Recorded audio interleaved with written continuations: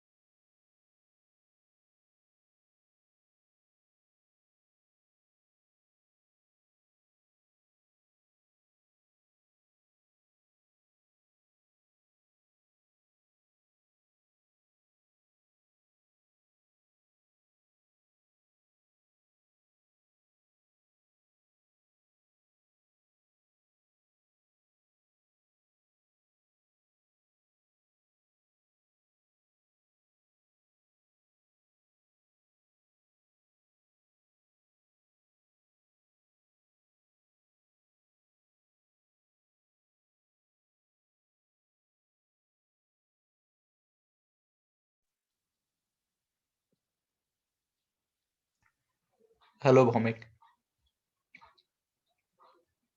Hi Rohi, how are you? Yeah, I'm fine. How are you? Yeah, I'm doing good as well. Thank you. Just wait for 1 minute. We'll see if someone else is also joining in and then we can start. Okay. Unfortunately, because of many other tasks which are ongoing, I was not able to do the sessions. Even even I also had to travel last week quite a lot, so I Okay. was also busy.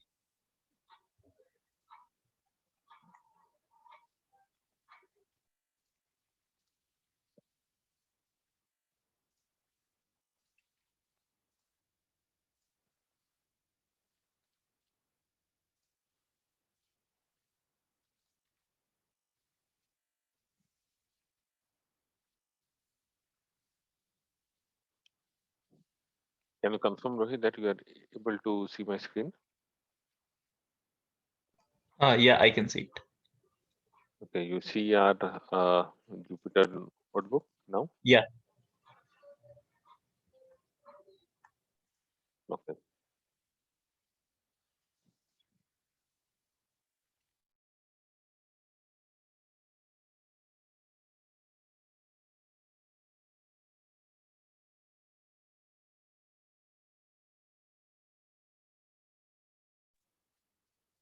Okay. I think let's give it a start. Whoever else is joining in will join back. So, okay. So just a quick recap because it has been some time. So we started with another classifier, which is the k nearest neighbors. Now you understood that k nearest neighbors usually uses a distance-based metric, right? So there is some distance-based metric which is going to use to group the similar items. Now, right now, this should not be confused with clustering because Uh, we will be learning clustering and the related methods later on, but as of now, what we're trying to understand is a supervised learning problem. So KNN classifier is a supervised learning problem where I already have the features as well as the targets. Okay, so both are already available to me as part of the data. And what I'm trying to do in this case, or what the classifier will try to do is that simply it's going to calculate the points, going to calculate the points or calculate the distance from my test point or my query point or my unknown point from the existing set of data, right? And basis the calculations that we use, right? Basis the calculations which we use to calculate the distance, it's going to say whether it is closer to class 1 or it is closer to class 2. For example, if we have a binary classification problem, then we will have two classes, right? Two outcomes. So it's going to try and find out if it is closer or the test point, the query point or unknown point is closer to which class basis the distance between the points, right? So that's the case. Let's just see what kind of steps are involved just to go ahead. So uh, the steps involved are we provide an arbitrary value of k, right? So we define a value of k. K becomes a hyperparameter actually, right? So we don't know what is going to be the right value of k. Okay, that is one way in which we can also find out the optimal value of k. Obviously, we will have grid search, right? So we can use grid search to find an optimal value of k, right? And then we start with an arbitrary value of k. Let's say a k value can be 5, or it can be 7, or it can be 9 or something. And later we can tune it using grid search. So once we select a value of k, right, based on the value of k, the algorithm is going to select k number of nearby points, right, based on some kind of a distance factor from the new or the test point or the unknown point, right? So whatsoever k number of points are closer to my unknown point or my query point will be selected, right? Now, even before it does that, in the training stage itself, it has already identified, okay, it has already identified the classes and the distances, right? So what it has done is basically it has already understood virtually that, let's say these are my two classes which are available in the data, that it has already understood. Let's say this is one class and this is one more class. Now what I am essentially doing is I'm simply passing a new point. Let's say this is my new query point.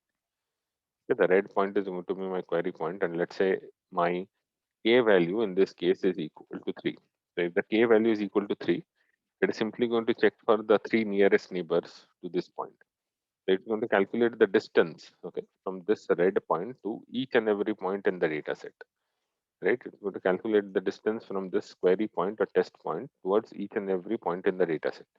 So because I have 8 points in the data set, as you can see, 4 belonging to one class, 4 belonging to another class, it's just going to create a list, or we can create a list. So if we are writing this algorithm from scratch, we can create a list of all these points, right? Or the distances of all these points from the test point. So let's say the distance is d1, d2, d3 until d8, right? Once we have the distances list, we can simply, okay, we can simply add another column. And because during the training data, we have already understood that this point belongs to one class and that point belongs to another class, we can also write the class labels over here. So my test point is the distance away from class point 1 and so on and so forth. And let's say it is distance 8 away from the class label 0 or class label 2, right? Once we have this, we are simply going to do a sorting. Okay? We are simply going to do a sorting. The algorithm is as simple as that. We're just going to do a sorting. And then what we do in the vicinity. So if, because k is 3, I'm going to look at only the top 3 values, right? So if let's say in the top 3 value, I get a distance 2, okay, d3, d4, and d5, which is belonging to point number 2, 4, and 5. And here the class labels are, let's say, 1, 0, and 0, right? Then I'm going to take a vote. Okay, the algorithm is going to take a vote. While the algorithm takes a vote, it comes to know that in the top 3 distances, which are the majority occurring classes. In this case, I have 2 zeros and 1 1, right? So clearly, my test point belongs to 0 basis the distance, right? So within the selected area, it takes a distance measure, right, to classify the new point. This is the concentration of points in the selected area, right? So that's all the algorithm is going to do, right? Now, how do we select the value of k, or which distance metric which we are going to choose is going to be the choice that we have to make. Now, how to calculate the distance? We were looking into 3 main ways to calculate the distance. There is one more actually, which I'm just going to write over here. That is called Minkowski's distance. Okay, it is good to know the distance measures like this because they have their own ways to do the calculation. Now, Euclidean is by far the most easy. That is what we saw. If I have 2 points, just to quickly revise, if I have 2 points, this point and this point, how do I calculate the distance? Right? How do I calculate the distance between these 2 points? Let's say this is point P1 and this is point P2. All I need to do is to create a diagonal line, right? This becomes the distance. So if I can create a diagonal line, that becomes the distance. Now, how do I calculate it? As simple as that. I'm going to use the Pythagoras theorem. If this value is A, this value is B, then D becomes root under A square plus B square, right? So in that way, I get the shortcut value. So that's the way Euclidean distance works. But because it is doing a square root and it is also doing a square, this kind of an operation is compute heavy. And that's the reason why its time and space complexity, or time complexity specifically, is actually more, right? Because in the order of 2, it's in the order of 2 first, and then it is going to do a square root and so on. So if you convert this into a big O notation and compare that with any other distance metric, that's going to be higher, right? So this one Euclidean is going to be higher. That's why whenever we use Euclidean, we choose not to use it for any bigger kind of a data set, because the more we calculate the distance, it's going to take more time. This time you will find out, we will all find out that this time is actually the testing time. In the training stage, there is no time taken at all, because in the training stage, what it is doing, it is simply identifying the classes. But during the testing stage only, we will get that unknown point, right? We will get the query point only during the test stage. So when I fit the model with the training data, all the model is going to do is to understand the distribution of my classes. When I'm going to do the predict, right? When I'm going to call the predict function, that is where it is going to do all the calculations. So depending on how big my data is, how good my computing power is, it is going to take X or it's a relevant amount of time to find out the distances and then to do that sorting and then to find out the top K results, and then it is going to do the voting, right? And then it is going to find out the actual result, right? So Euclidean is one the distances which we can do. The second one which we looked into is the Manhattan distance. So rather than looking into the shortcut, we are looking into, let's say, cabs reaching our house. So when cabs, we call cabs, right? So whenever we call cabs, the cabs don't reach us as if they are going through the buildings. So they take the route which is given to them by the Google Maps, which looks like the roads, right? It simply looks like the roads. So it's kind of a city planning kind of scenario where, let's say, there is a building here, there is a building here, okay, there is a building here, and so on and so forth. So the road which is taken is basically the road which is actually supposed to be taken while traveling between the blocks or between the buildings which are there in the urban city, right? And that is exactly what Manhattan distance does. So rather than taking the distance which is a shortcut, which is a straight line, it's going to take the distance like this, or in other words, in this case it might take a distance which is something like this, right? So it's simply going to take the distance d1 and then the distance d2, and then it is going to calculate what is the total distance that it has traveled. So if you look at the formula is going to be something like this. It is summation of I equal to 1 to n, the absolute value of the distance between x and y for each and every turns it is going to take, right? So for each and every values of x y coordinates, it is going to calculate the distance and it's going to add it up. Now, in the similar way, I have a different measure. Let me just do one thing. Yeah, okay. I'm using this one. I'm going to use this one only. So the other distance that we need to understand is, let's the Hamming distance. Or before we even go into Hamming distance, let's look into Minkowski's distance. Okay, so Minkowski's distance. Okay, this distance measure I can say is actually, this distance measure is actually the generalization. Okay, this distance measure is actually the generalization format of calculating distance based separation. And why I say that will be quite clear when I tell you the formula. So if I go by the formula, what happens in this case, right, is that it is basically taking, okay, it is basically taking the L of P norms. So I have already told you earlier, right? Uh, can you still see my screen there, Rohit? Yeah. You can see the notebook, right? Yeah, I can see the Jupyter notebook. Okay, okay, great. I just got a warning on my screen that there is some issue with my network. Okay, so I have explained earlier that when I talk about Euclidean distance, it is known as L2 norm. Euclidean distance is known as L2 norm because it is a normalization between 2 points over the square, because the power is going to a value of 2. That's why it is also known as an L2 norm. Okay, so this is also known as L2 norm, right? While in case of the Manhattan distance, it is also known as L1 norm, right? It is also known as L1 norm or taxi cab norm or rectilinear norm or city block norm and so on, right? So this is L1 norm because if you look at the power, if you look at the magnitude of this calculation that we are doing, it is in the power of 1. So if I want to generalize, okay, if I would like to generalize this, then what am I going to do? Basis the formula. So because Minkowski is a generalization, then I can simply write the formula which will look something like this. It's going to be summation of, okay, I can write summation of I equal to 1 to d, right? I equal to 1 to d. It is simply going to be the difference.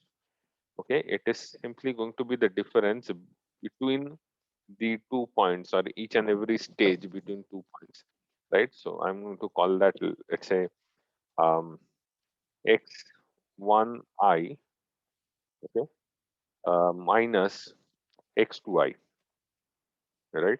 So I can imagine that mathematically these two are the coordinates, or each and every distances between each and every point, or each and every distance measured that I have taken. And then what I'm doing, I'm simply taking the absolute value. Okay, I'm taking its absolute value and powering it. Okay, and I'm trying to power it over to p. Okay, so what I'm doing over here is, rather than writing it like this, I'm going to write it like this, or maybe I'm going to put another bracket here, or maybe I can simply remove this. So this will be to the power p. Okay, and I'm going to explain what that to the power is going to be. Now what I'm going to do, the entire expression, okay, entire expression I'm going to do to the power 1 by p. Now p here, p value, uh, p in the above equation talks about the um, the amplitude, let's say, uh, to which the values are represented as, or the power to which it is really represented as. Which means, if you replace, okay, clearly, if we replace p with 1 in above, we get the Manhattan distance, while p equal to 2 refers to Euclidean distance. Right? If I simply do a square, it's going to be resulting into the same kind of a formula which I saw in case of the Euclidean distance. If I do p equal to 1, then this becomes an absolute value. Hence, it is similar to the Manhattan distance. Right? So this is what I'm trying to do. Okay, this is exactly what I'm trying to do in case of the Minkowski's distance. Now you must be wondering why we need to know about Minkowski, or why we should learn only Minkowski and not the rest of them, because they have their own set of advantages basis the use cases, and that is what we can find out in case we we try to do the grid search kind of a thing, and then only we will realize what is going to be their power. For example, if you're working on some use case and you see that Euclidean distance is not working well, Manhattan distance is also not working well, finally you can go ahead and you can choose the Minkowski's distance, and you have to specify the value of p, and that choice, the choice of the value for p is going to depend on the experience. So that is one of the disadvantages, you can say, with the Minkowski's distance, because you have to figure out what is going to be the choice, right? You have to select the choice there, right? So to select choice, that is really going to be something really that comes out of the experience. It is not going to come out every day, right? So that is where the simplicity factor comes into picture, and that's the reason why Manhattan or Euclidean is actually the preferred choices at the first place, depending on how big the data is. So if I have a very big data, I'll go with the Manhattan distance. If I have a smaller data, I'll go with the Euclidean distance. Now the last one is known as the Hamming distance. Now, in this case, what we do is that this distance measure is not normalized at all, in the sense that there is no name to it like L1 norm or L2 norm or LP norm. Here in this case, I call this LP norm also. Okay, I call this LP norm. I call this LP norm because of that power, right? If I take P is equal to 2, it becomes an L2 norm, right, which is equal to the Euclidean. If P is equal to 1, then it becomes the Manhattan distance, which, right? Now, in case of Hamming distance, the distance measure is not normalized at all, in the sense that it works basis the differences on the data points. Now, how does that work? It compares, okay, each value within two arrays or vectors, okay, and tries to find the number of cases where the values do not match. Okay, now you must You're wondering what use cases will be handling this. Okay, let's see an example and you'll come to know. So what happens in the case of, let's say, text mining or NLP is that we will usually go with things like bag of words. Okay, when we look into text mining, we will, I'll give you a brief overview of mining also, where we are going to look into techniques like bag of words, or we're going to look into techniques like term frequency, inverse document frequency, and so on.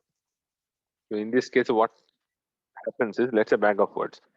In case of bag of words, what we do, I am trying to understand whether a certain word, okay, let's say word one, okay, word two, word three, word four, and word 5. These 5 words are there in 2 documents. Okay, document name X, document name Y. Okay, let's say document X is your resume and document Y is mine. Okay, now I can simply create a data set which is basically a 1D vector for X and a 1D vector for Y, which is going to have Boolean values. If X contains, let's say, W1, I'm going to say 1. Let's say this value is 0. Let's say this value is also 0. Let's say this value is 1. Let's say this value is 1. So you can try and imagine what kind of use case this can be. W1, W2, W3, W4, and W5 can actually be the skill sets. Let's say W1 refers to Java. Okay, W2 refers to SQL, W3 refers to .NET, and so on. So if your CV has those skills, and I'm simply mentioning it as one. If my CV does not have it, let's say I don't have Java, but I have SQL. Okay, I don't have, let's say, .NET, but I have, let's say, PL/SQL, and I also have the Python language. So in this way, I'm trying to compare 2 documents. Now, how do I find Hamming distance? Hamming distance comes in place where it tries to count the occurrences in these 5 observations where the values do not match. For example, here and here, right? These are the 2 cases where the values do not match. So I simply put a 1 here. I simply put a 1 here. I put a 0. I put a 0. I put a 0. So they are actually matching, right? So that's why I have given it a value 0, because this is also matching. It's a value 0. This is also matching. It's a value 0. Okay. Hypothetically, we can give a value like 0. Now I just add them up. If I simply add them up, I get a value which is equal to 2. It means there are 2 such points or 2 such cases where the values do not match, right? This is how Hamming distance actually works. Okay, there are many other use cases, let's say, especially in the telecom industry, the core telecom industry, where Hamming distance is by default used, irrespective of whether that industry or that company is using machine learning or not. Hamming distance is sometimes useful to understand whether an SMS text transmission will be successful or not, okay, within towers, right? Now, keeping this in mind, okay, Hamming distance clearly has no formula that I can tell you. So it is clearly uh, use cases where it is most used is, let's say, text mining, then it will be NLP, then it will be gene sequencing, right? Because in gene sequencing, we sequence the genes or the DNA which is there in human body. We can sequence them using the letters, like so. I think there are only 4 such letters by means of which we can signify human genome, right? So if I'm trying to compare one genome with the other, okay, that's the place where Hamming distance is going to come into place. More the distance, more is the difference, and less likely they are equal to each other, right? So that's the concept here. So the concept is clear, right? So the concept is as simple as, let me just write the concept on point number 3. More the value, okay, or let's say higher Hamming distance simply represents more points in the vectors which are different.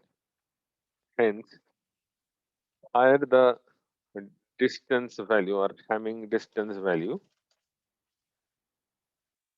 okay, lesser is the similarity between the vectors, right? So if we have, if in both of our CVs the distance is very, very high, the Hamming distance is high, it means your CV and my CV are completely different from each other, right? With respect to the skill set. So these are the distance matrices which we have. And using these kind of, let's say, distance matrices, we can try to find out, okay, we can try to find out what is or how we these are the matrices, you can say, which we are going to use, okay, to find the distances. Now there is one thing which I would like to cover before I go inside the implementation. Okay, so the first thing I would like to cover are the advantages. So first of all, or even before the advantages, let me do one thing. Let me just insert a cell below, and I'm going to write one very important concept. Okay, related to these kind of machine learning algorithms like KNN. So KNN is a family of lazy learners. Okay, why is it a lazy learner? Why so is because KNN, okay, because it does nothing during the training stage, okay, other than feature and target realization. Okay, so other than feature and target realization, it is not doing anything, right? In the first step, what it is doing, it is reading the data. It is trying to understand whether it is a binomial problem or a multinomial problem, and so on. What are the classes and so on. That's it. Just like I drew the diagram with two classes. That's all it is doing in its mind.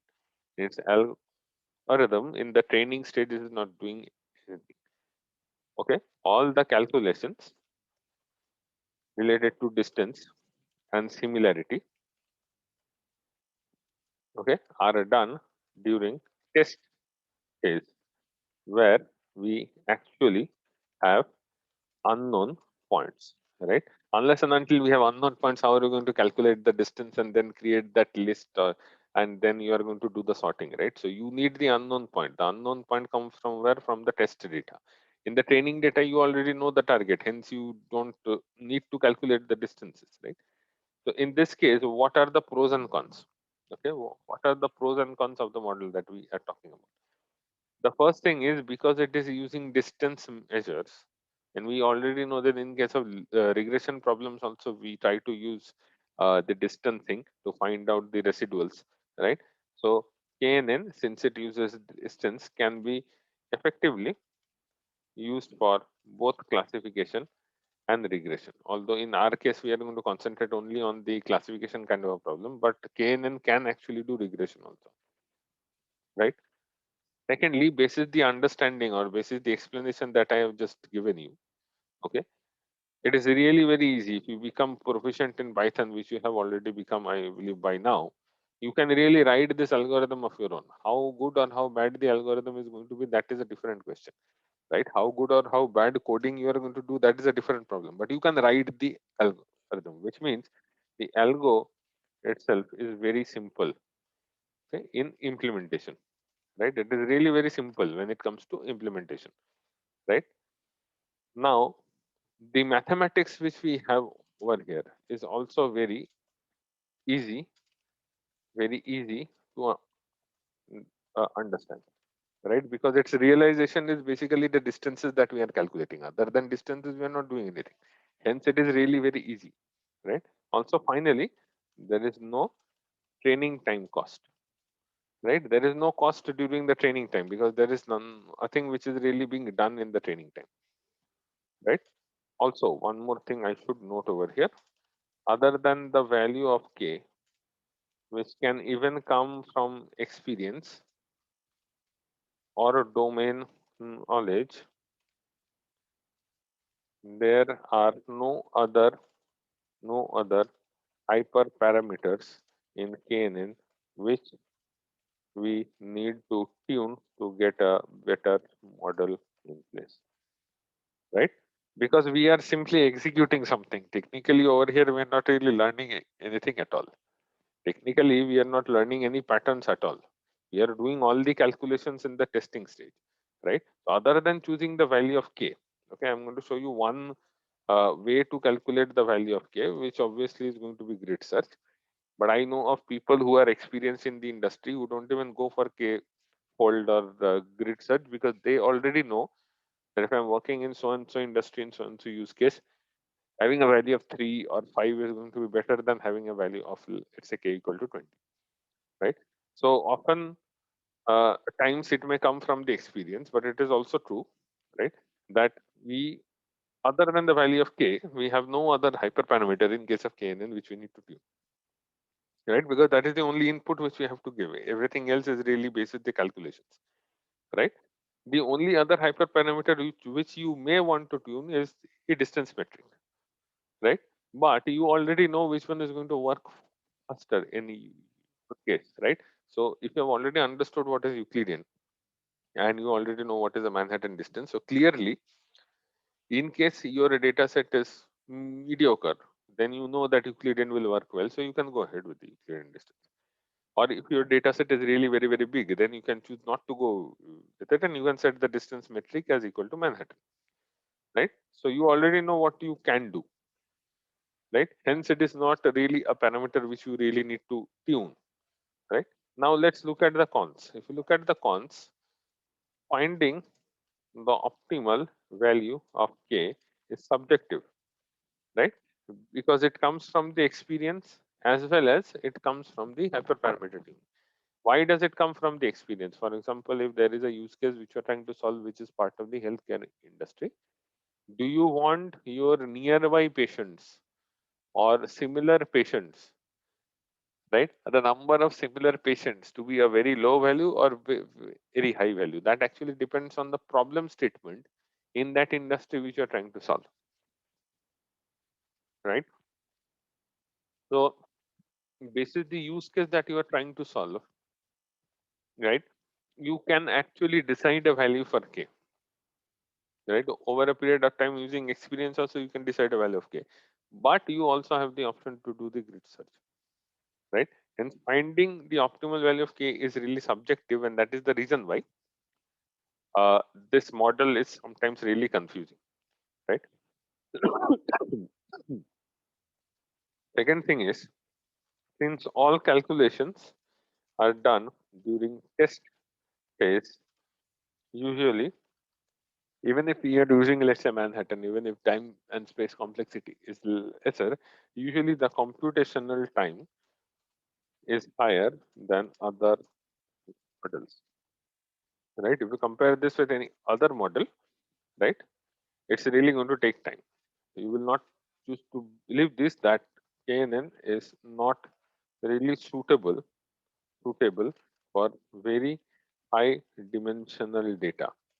Okay, for example, if you have image data, right, or in our example, in the bag of words kind of an example, if you have 100 words or 200 words or 500 words, then this model will really not work that efficiently into production.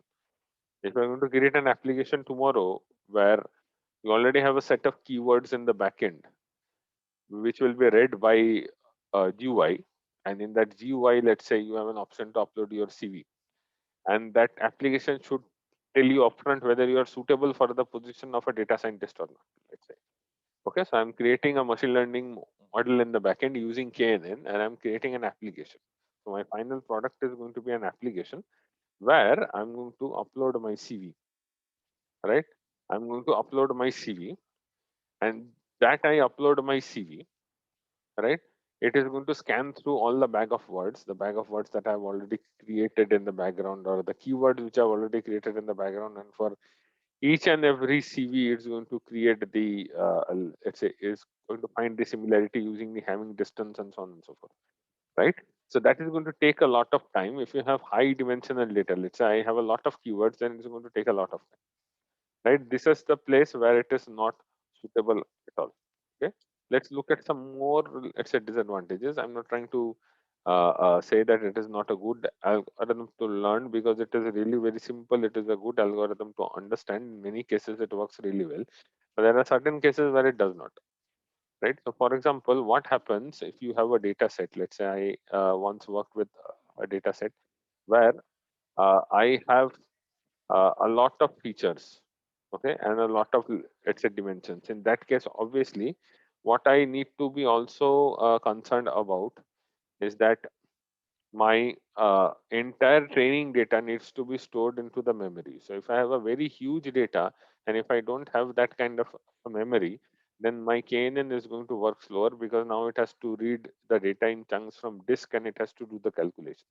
Hence, one of the cons we can write, entire training data is stored or should be available in the memory for optimal performance. If this is really possible, then things will work for you. or otherwise this will really be difficult, right? Then there will be other cases also where the problems will come. Where the problems is going to come, the problem is going to come when, let's say, you have the data points. Okay, you have the data points which are very very far away, right? You have outlier points. Okay, one of the very common use cases is that if you have a very far away points, outlier points, right? In that case, there will be an issue. So let's say if you have one class of data which is like this, and the other class of data which is something like this, and your query point is somewhere here, it is clearly an outlier. Now, how do you decide? Let's say you calculate the distance k is equal to 2, let's say, and you calculate the distance d1 and d2. You see that d1 in this case, let's say mathematically d1 is less than d2. So you may want to conclude that xq belongs to this class.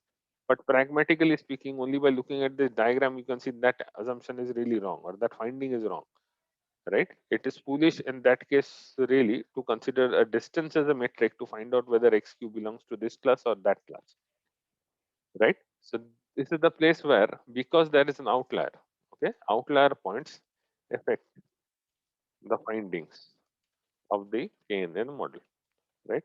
Then the next case is where, let's say, the next case is where I have the data which is super coagulated. Let's say I have two classes of data which look something like this.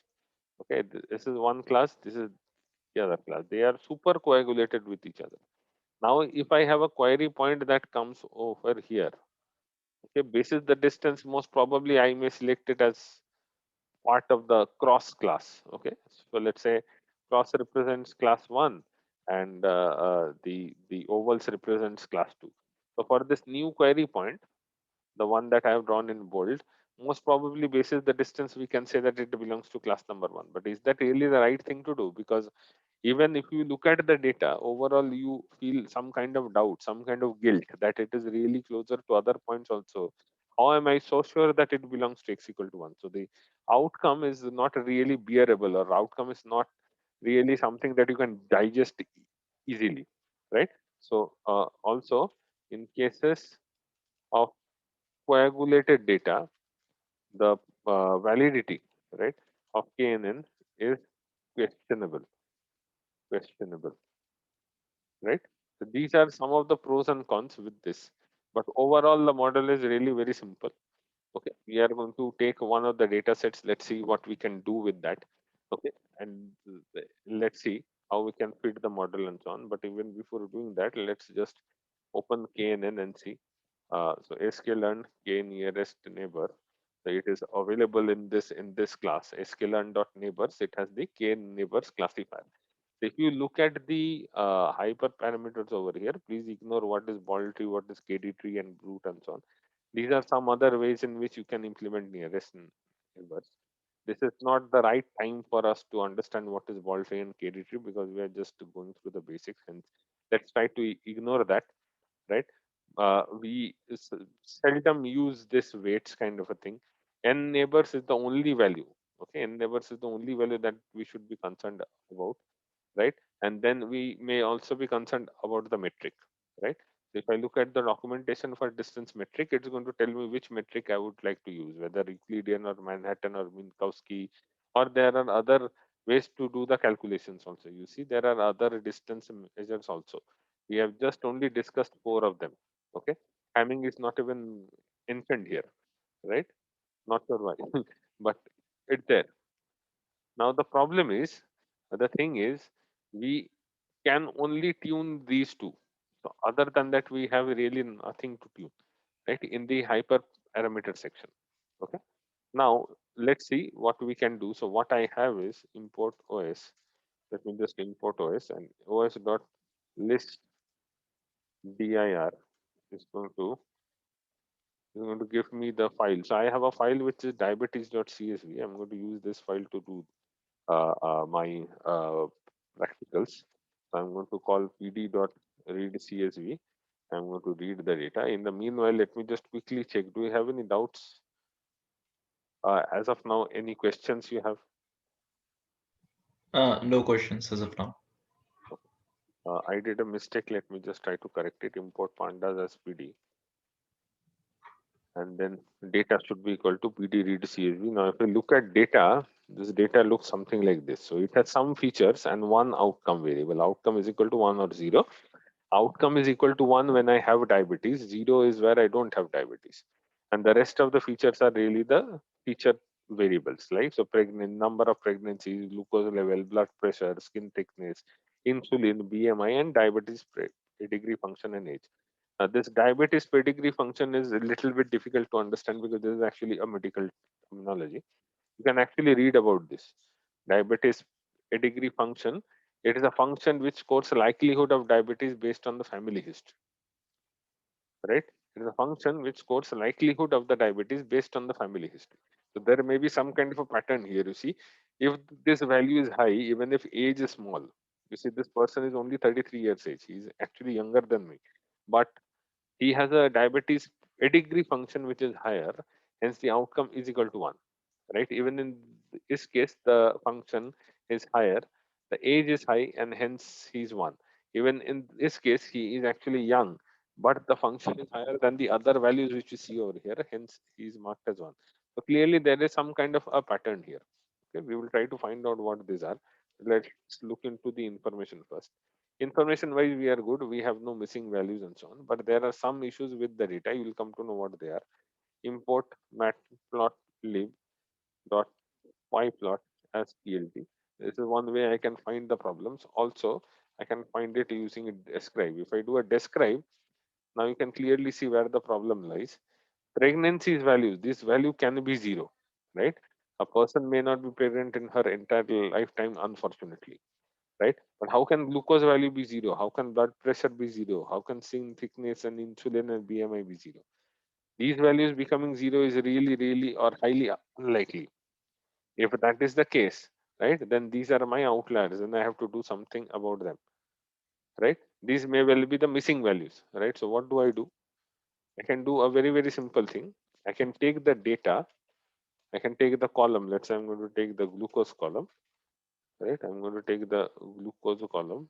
Why is it not working with tab? Yeah, it is working now. I'm going to take the glucose column, and what I'm going to say, you replace all the values where you have 0 with the median, right? Why am I using a median? Because I'm scared. I'm scared that these columns, right, may have outliers in them also. Okay.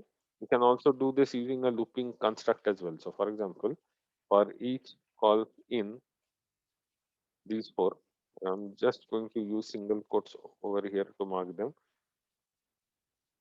right? And then I'm going to use, I'm just going to, let me do a copy paste. Okay, that will be easier. Just going to do a copy paste over here, and then I'm going to use this. Okay, let me just print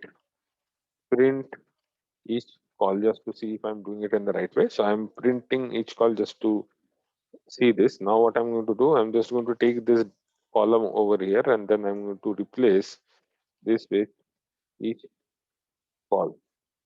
Okay, and I'm going to replace it over with each call. Right. The moment I do that, and then I do a data.describe, what I find now is that I no longer have that minimum value is equal to 0.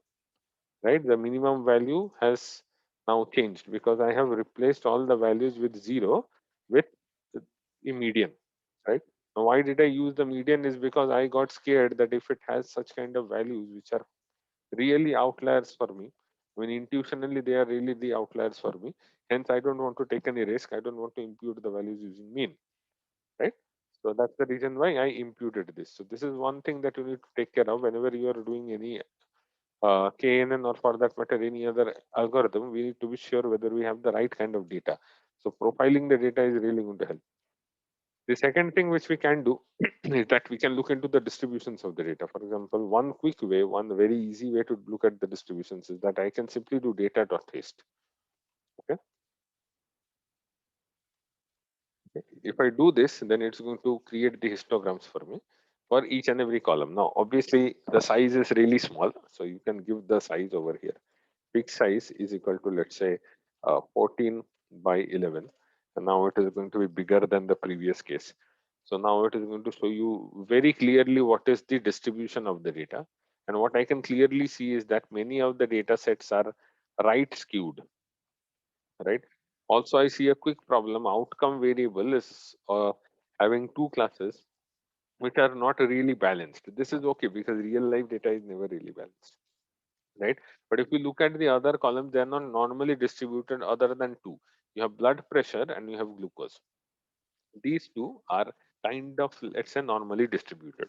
Okay, kind of they are, it's a normally distributed. Now, why am I showing you this is because KNN, because KNN is going to work on distances, and if you have outliers in the data, you will definitely have outliers in the data. Uh, that presence of outliers, may that be valid or invalid, is going to affect the outcome. For example, if you again look at data.describe, you will come to know that there is one person with age 81, right? While everyone in the data set, the minimum age is 21. Okay, the 75 percentile of the data, so 75% of all the people are within the range of age group 24 to 41. Then I have at least one person with age 81. That does not mean that this value is is kind of an outlier, right? Obviously there can be aged people also who can go to the doctor to check the diabetes status, right? Obviously they can go. So I'm not going to term this person as an outlier.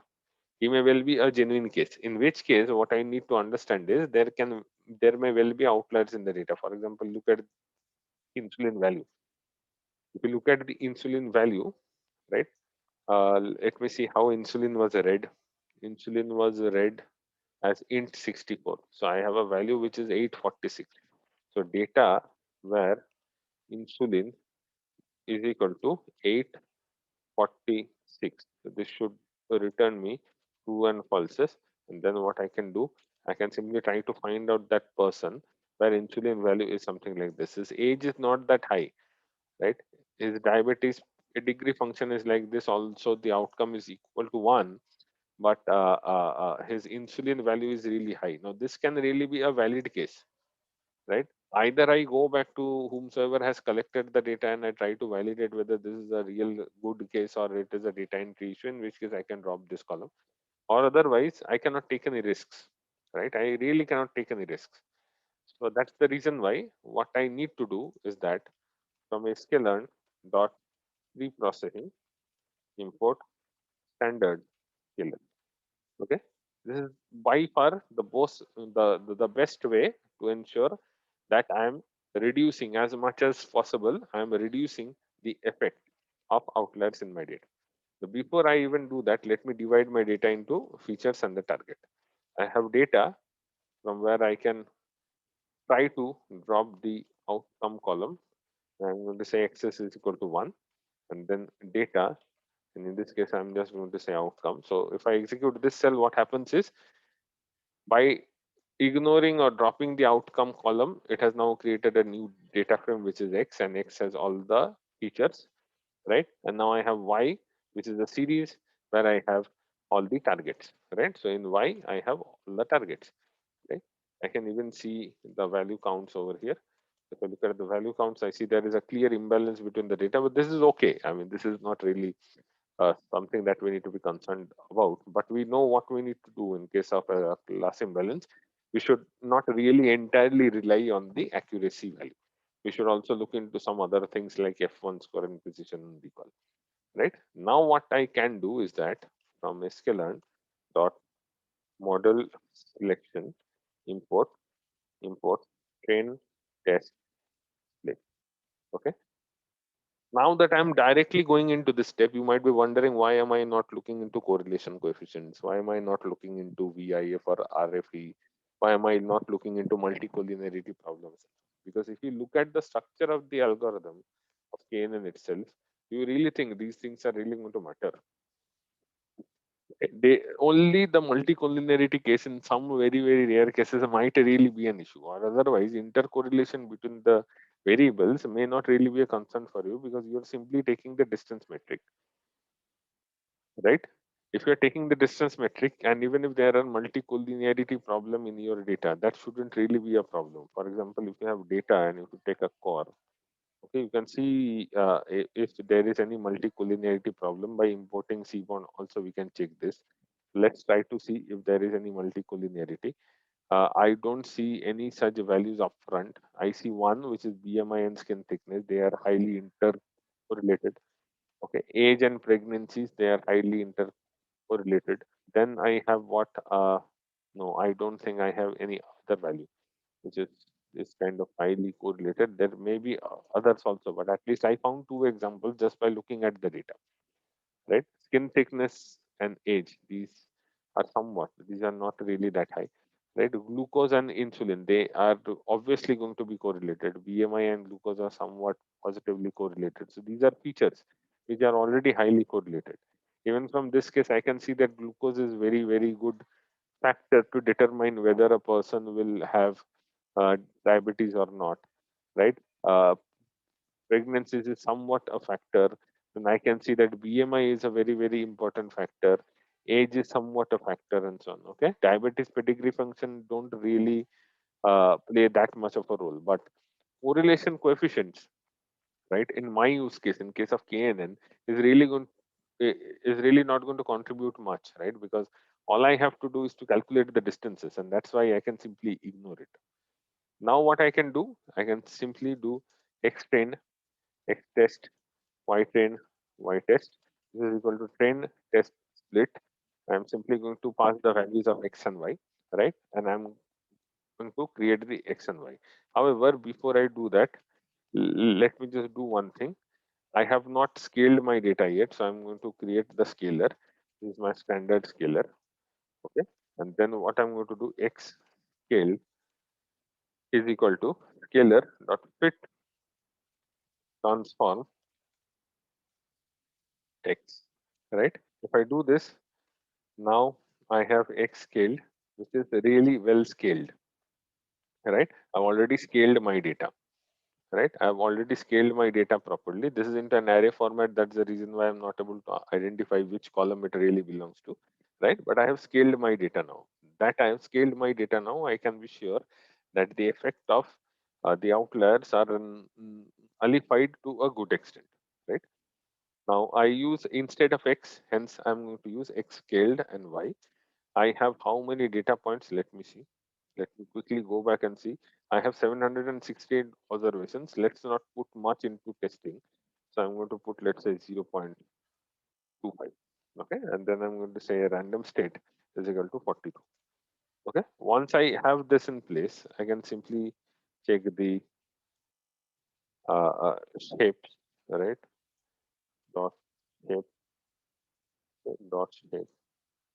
Okay. And y train dot shape, y test dot shape, right? So these are the shapes of my data which I have, right? I can clearly see 576 rows have gone to training, and the rest 192 have been taken into training, which is good, which is good. It's not bad. Now from sklearn dot, okay, what is the library where I have Kenya's neighbors is called neighbors. I'm just going to take a copy from here, which will just save my time. So what I'm going to do, from sklearn.neighbors import near neighbors classifier. You see there is also a regressor. Okay, there is also a regressor which you can use. I'm using a classifier because we have a classification use case. Now I'm just going to create an object. Okay, I'm just going to create an object, and then I'm going to do knn.fit. Okay, knn.fit x train y train. The moment I do this, the moment I've done this, it has not taken any time at all, right? It has not taken any time at all. Why? Because it has not learned anything. It is a lazy learner. It's going to learn when I'm going to do, when I'm going to do knn.predict, and I'm going to pass the test data. This is where it might take time depending on the data size. Now, if you look at my data size, it's really small, and my laptop is well enough that it can handle a data set of 760 rows. But I once worked with a project which was like Amazon food reviews. Number of food reviews I had was like 364,000. After I did back of words, the number of columns came out to be 200, if I'm not wrong. So that kind of higher dimensional data, if I use with KNN, that is where problems will come. So I have to be very wary about that. Now what I'm going to do from sklearn.metrics, I'm going to import classification report, classification report, right? And then I'm going to simply print the classification report which I have, and I'm going to pass on ypred and y test. Let's see how it has overall performed. It's a very decent model, right? It's a very decent model. It has performed quite well. Okay, it has performed quite well. Now let's see what is the value of n neighbors. N neighbors is default equal to 5. N neighbors is default equal to 5. And the metric which is as by default uses Minkowski, right? Obviously this makes sense because with p equal to 2, right? With p equal to 2, Minkowski with p equal to 2, it means it is using Euclidean metric, right? It is using Euclidean metric by default. The sklearn implementation by default uses Euclidean metric, right? Now let's try to change things. Okay, let's try to do this from sklearn dot model selection import k-fold and grid search cross validation. I'm going to say n folds is equal to 5. I'm going to say parameters is equal to a dictionary where I'm going to pass that value, which is my n neighbors. I'm just going to copy this so that I don't make any mistakes in spelling. And then I'm going to say range 1 to, let's say, 20 with a step size of 1, right? Now what I'm going to do, grid search, this is a variable which is equal to grid search cross validation. Here I'm going to pass estimator is equal to my KNN model. Okay, cross validation should be done on n folds. Okay, in this case n folds is equal to 5. Then I'll say verbose is equal to 3. I want a very good verbose kind of an output. Let's make it 4 also. Let's see. And n jobs is equal to -1. So this is going to give me uh, the fits. Okay, and it's going to try out all the things. Right. Let's see what it is. Oh yes, of course. I have not given the parameter grid. Right. I have to give the parameters here. Right. Right. So now I have created it. Let me just fit with the data. Grid search dot fit extend y train. Okay. If you remember on one day, okay, on one day when I was doing grid search, I was not able to get the test outcome. I was not able to get the test, the training score, right? There is a way to get that, right? Return train score is equal to true. If I set this to true, I will get the training score also, right? So I'm going to fit it now. It is fitting 95 models now. Okay, it is fitting 95 models now, and it has already done it. So let me see grid search, and if I print this dot re, um, best estimator, okay, it is saying I should use n neighbors equal to 90. Okay, let's see what this is going to give me. Let's say I'm going to create knn2 is equal to this. Okay, and then I'm going to say knn2 dot fit using training data. Okay, then I'm going to say y pred2 is equal to knn2 dot predict x test, and then I'm going to again go back to that line. I'm simply going to do a copy paste just to save time, and I'll replace ypred with ypred2 and print the outcome. You see, overall, this has really increased and this has really improved. I'll also tell you my view why I think this has improved. Okay, I will tell you my view why it has improved. We have already looked into the definition of precision and recall, right? So, keeping that definition in mind, you see what was happening over here. There is a very good balance between precision and recall, very good balance in the previous model. This is ypred. This is the initial model. N neighbors is equal to how much? 5. This is the model where n neighbors is equal to 19. Now you see what is happening in the case of 19. Not only the accuracy has increased, okay, the F1 scores have increased slightly. So I may not really consider this. But what has really happened is the precision has increased for 0 class and the recall has increased for 1 class, which means I have a very good model because recall should ideally increase in case of healthcare use cases, in case of medical use cases, for patient cases, for positive cases. So recall is basically the feature when I'm trying to calculate how much I have correctly identified entirely, right? So if I have identified more and more correctly with respect to patient, that's a good thing. So in this case, even if precision is low, comparatively recall is quite good, right? Which was not really the case over here.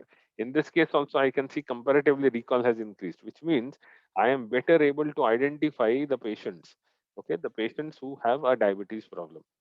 So this model is really better. Obviously, we know we have done a grid search cross validation, so there is a bias variance kind of a trade-off which is already taken care of for me, right? So overfitting, underfitting kind of things are already taken care of, right? So finally, I may want to go ahead with the final model that I have created, right? So this is what the algorithm was, Rohit. This is how the algorithm works. It's a very simple kind of a thing. It's nothing really fancy, nothing really that we did. Okay. You may want to try out once I give you the notebook, right? You may also want to try out with this factor. Please try out when you're going to practice, right? Please try out with this, the metric. Okay. Change Minkowski to Manhattan and see how it goes, or change it to something else and see how it goes. But you may not be able to see any major difference here, but you may want to give it a try. Okay, see how it really works. See, distance wise, it is again, I mean, classification wise, distance factor is really not going to make much of a difference other than the performance, right? So that really is going to be a good test about which distance metric for this specific use case is going to be a good one or not,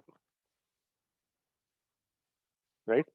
So I think that's all, Rohi. Is there any questions from your side at this Uh, point uh, in time? no, no questions as of now. Okay, Rohit. I don't see anyone else who has joined. So if you don't have questions, let's close the day. We will continue tomorrow. Let's take another one from tomorrow, Sure, sure. right?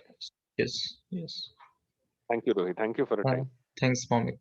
Good Thank night. you. Good night.